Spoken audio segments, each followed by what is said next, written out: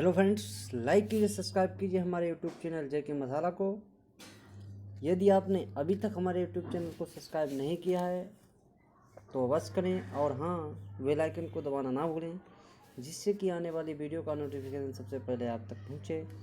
तो देखिएगा, मुख्य इम्पॉर्टेंट क्वेश्चन जो भारत का इतिहास से रिलेटिव है, भारत का इतिहास से रिलेटिव है, जो आपको दिया गया है। इलाहाबाद स्तंभ लेख प्रयाग प्रशस्त के संदर्भ में निम्नलिखित कथनों पर विचार कीजिए। क्या है? पहला पॉइंट दिया गया है, 3 पॉइंट आपको देंगे हैं, उसमें से पढ़ के बताना है इसका कौन सा विकल्प ठीक होगा। इसकी रचना चंद्रगुप्त द्वितीय के राजकवि हरिसेन ने संस्कृत में की थी, या इसमें समुद्रगुप्त को देवताओं के तुल्य बताया गया था, या इसमें समुद्रगुप्त की विभिन्न राज्यों के प्रति नीतियों का वर्णन किया गया था। उपरोक्त कथनों में से कौन सा कथन सही है? कथन 3 या कथन 2, केवल 3 या केवल 1-3 या 2-3 या ये सभी? तो इसका राइट आंसर आपको बताना है, क्या हो सकता है। तो दोस्तों, इसका राइट आंसर जो होगा वो हो जाएगा ऑप्शन सी, 2 और 3 इसका राइट आंसर है। अगला क्वेश्चन देखिएगा क्या हुआ। त्रिपक्षीय संघर्ष में लगे 3 पक्ष कौन से थे? त्रिपक्षीय संघर्ष में लगे 3 पक्ष थे कौन से? तो पहला क्या है? चोल और पाल और प्रतिहार। अगली ऑप्शन बी क्या है? प्रतिहार पाल राष्ट्रकूट। ऑप्शन सी क्या है? पल्लव चालुक्य चोल। और ऑप्शन डी है पल्लव चालुक्य राष्ट्रकूट। तो इसका बताना है आपको राइट आंसर क्या होगा। तो इसका राइट आंसर हो जाएगा ऑप्शन वी, जो प्रतिहार और पाल और राष्ट्रकूट, यही तीनों लगे हुए थे। चोल कालीन स्थानीय शासक की जानकारी प्रदान करने वाला अभिलेख है। चोल कालीन स्थानीय शासक की जानकारी प्रदान करने वाला अभिलेख है। ऐहोल अभिलेख, तंजौर अभिलेख या उत्तर मेरुअर अभिलेख, या इनमें से कोई नहीं। तो आपको बताना है दोस्तों इसका राइट आंसर क्या होगा। तो दोस्तों, इसका राइट आंसर हो जाएगा ऑप्शन सी, उत्तर मेरु अभिलेख। अगला क्वेश्चन देखिएगा क्या होगा। बौद्ध दर्शन के संबंध में निम्नलिखित कथनों पर विचार कीजिए। बौद्ध दर्शन के संबंध में निम्नलिखित कथनों पर विचार कीजिएगा। तो क्या है? विश्व अनित्य, आत्महीनता आत्मविहीन है, या मनुष्य मध्यम वर्ग अहंकार सांसारिक दुखों से मुक्ति पा सकता है। अब दिख रहा है इसमें से इसका दोनों में से कौन सा सही होगा। उर्वरक कथनों में से कौन सा कथन सही है? तो केवल 1 या केवल 2 या 1-2 दोनों, या ना ही 1 ना ही 2। तो आपको बताना है इसका राइट आंसर क्या होगा। तो इसका राइट आंसर हो जाएगा ऑप्शन सी, जो 1 और 2 हैं तो दोनों सही हैं। अगला क्वेश्चन देखिएगा क्या होगा। संगम साहित्य किस भाषा साहित्य का उदाहरण है? संगम साहित्य किस भाषा साहित्य का उदाहरण है? तो कन्नड़, तमिल, मलयालम या संस्कृत। तो इसका बताना है आपको राइट आंसर क्या होगा। तो इसका राइट आंसर हो जाएगा option B, Tamil. Option B, Tamil. अगला क्वेश्चन देखिएगा क्या होगा। दक्षिण भारत के किस पत्तन से प्राचीन काल में भारत रोमन व्यापार की जानकारी के पुरातात्विक साक्ष्य मिले हैं? अरिकामेड़ू, हुंगसी, ब्रह्मगिरी या हल्लूर। तो बताना है 75 नंबर क्वेश्चन क्या होगा। इसका राइट आंसर बताना है क्या होगा। तो दोस्तों, इसका राइट आंसर जो होगा वो हो जाएगा अरिकमेड़ू। अगला क्वेश्चन देखिएगा क्या होगा।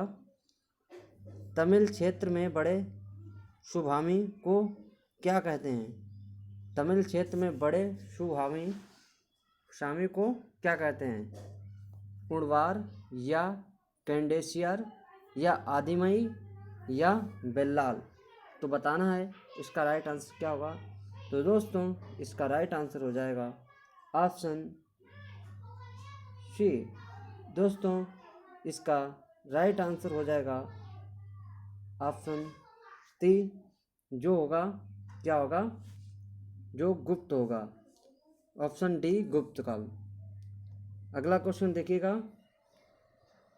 हर्षवर्धन के संदर्भ में निम्नलिखित कथनों पर विचार कीजिए।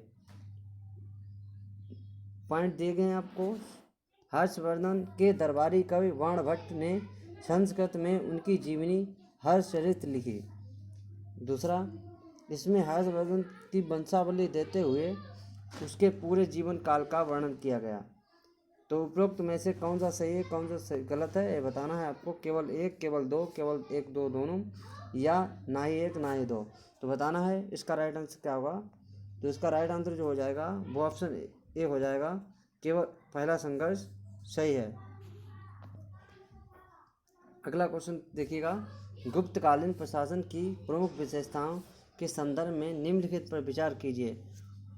कुछ महत्वपूर्ण प्रशासकीय पद आनुवांशिक बन गए, या एक ही व्यक्ति कई पदों पर कार्य करता था, या ऑप्शन सी, स्थानीय प्रशासन में नगर श्रेष्ठ, अर्थवाह, प्रथम कुलिक आदि प्रमुख व्यक्तियों की भूमिका में वृद्धि हुई, या उपरोक्त सभी।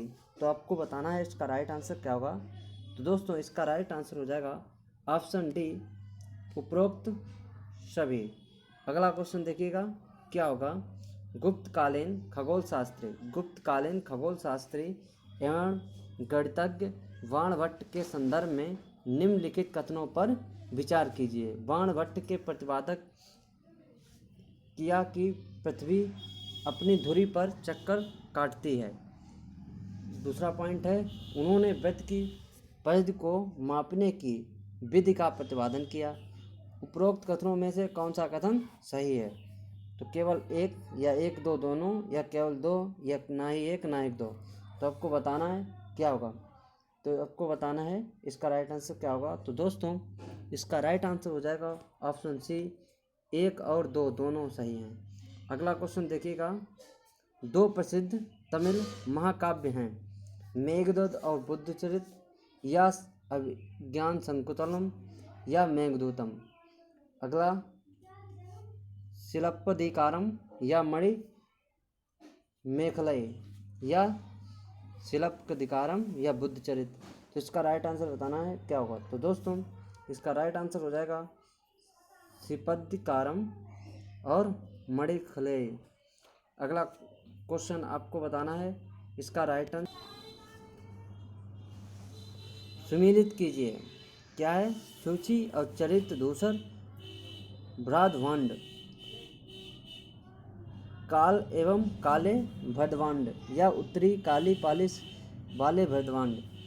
तो ये बताना है हड़प्पा काल और उत्तर वैदिक काल, या पूर्व मौर्य काल। तो नीचे जो आपको कोड दिया गया है इससे आपको बताना है इसका राइट आंसर क्या होगा। तो दोस्तों इसका राइट आंसर हो जाएगा ऑप्शन डी। ऑप्शन डी इसका राइट आंसर हो जाएगा, 1 2 3। मतलब पहले का ए का 1 नंबर हो जाएगा, और बी का 3 नंबर, बी का 3 नंबर, और सी का 2 नंबर।